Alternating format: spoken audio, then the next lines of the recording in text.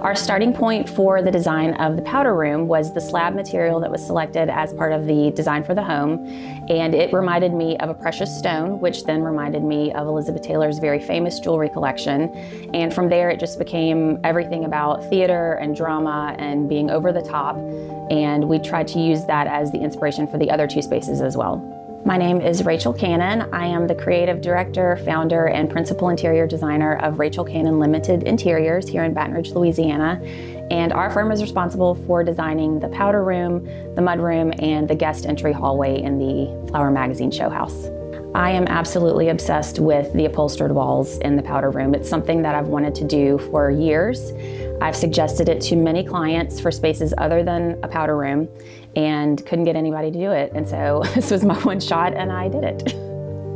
I try to bring a point of view to every project that I want to take into consideration everyone who uses a home or an office. And being an introvert, one of the things that I find a little distracting in a lot of design is that there are lots of open floor plans at home and at work.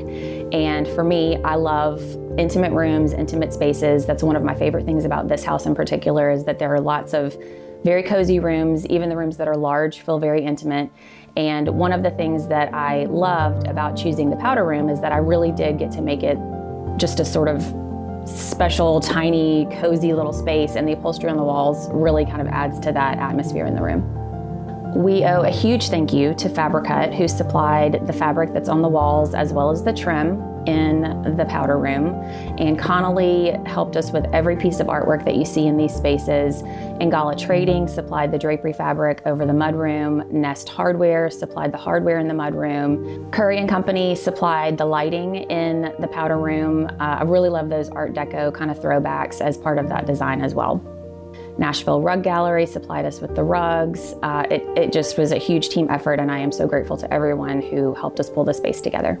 The selection of the artwork through the hallway and the powder room was really a gut instinct for me. I did work with Ann Connolly, and we did tape off a huge space of their floor in the gallery to kind of create the gallery space that we have in that hallway. And at the end of the day, we all agreed that less was more. So we pared it way back to just that one Cecil Touchon painting that's on the main hall, and then a few small collections of other pieces throughout the space. One of my favorite features in the powder room is the mirror, which was a collaboration between Ann Connolly and me. The flowers that are on the mirror are by an artist named James Vella. I love that they sort of reference this Venetian glass mirror type of look. That was part of the theatrical element that I wanted to bring into the powder room. And so we just created the mirror together, measured it to scale, and then placed the flowers, and they're literally just epoxied to the glass, which I think is kind of great. So I really cannot say enough good about Jewel and Vincent Santani. They're some of my best friends. We've worked on other show houses together. Their vision and what they bring to the city of Baton Rouge in terms of design is unparalleled. There's no one else doing this type of work here. And it's exciting for someone like me because they're bringing everything that we love about design that's happening across the world to our hometown. And as far as the other rooms in this home, I mean, there's not a room here that is not jaw-dropping. I think I walked around the first day after everyone installed and just, I gasped audibly every time I walked into another room.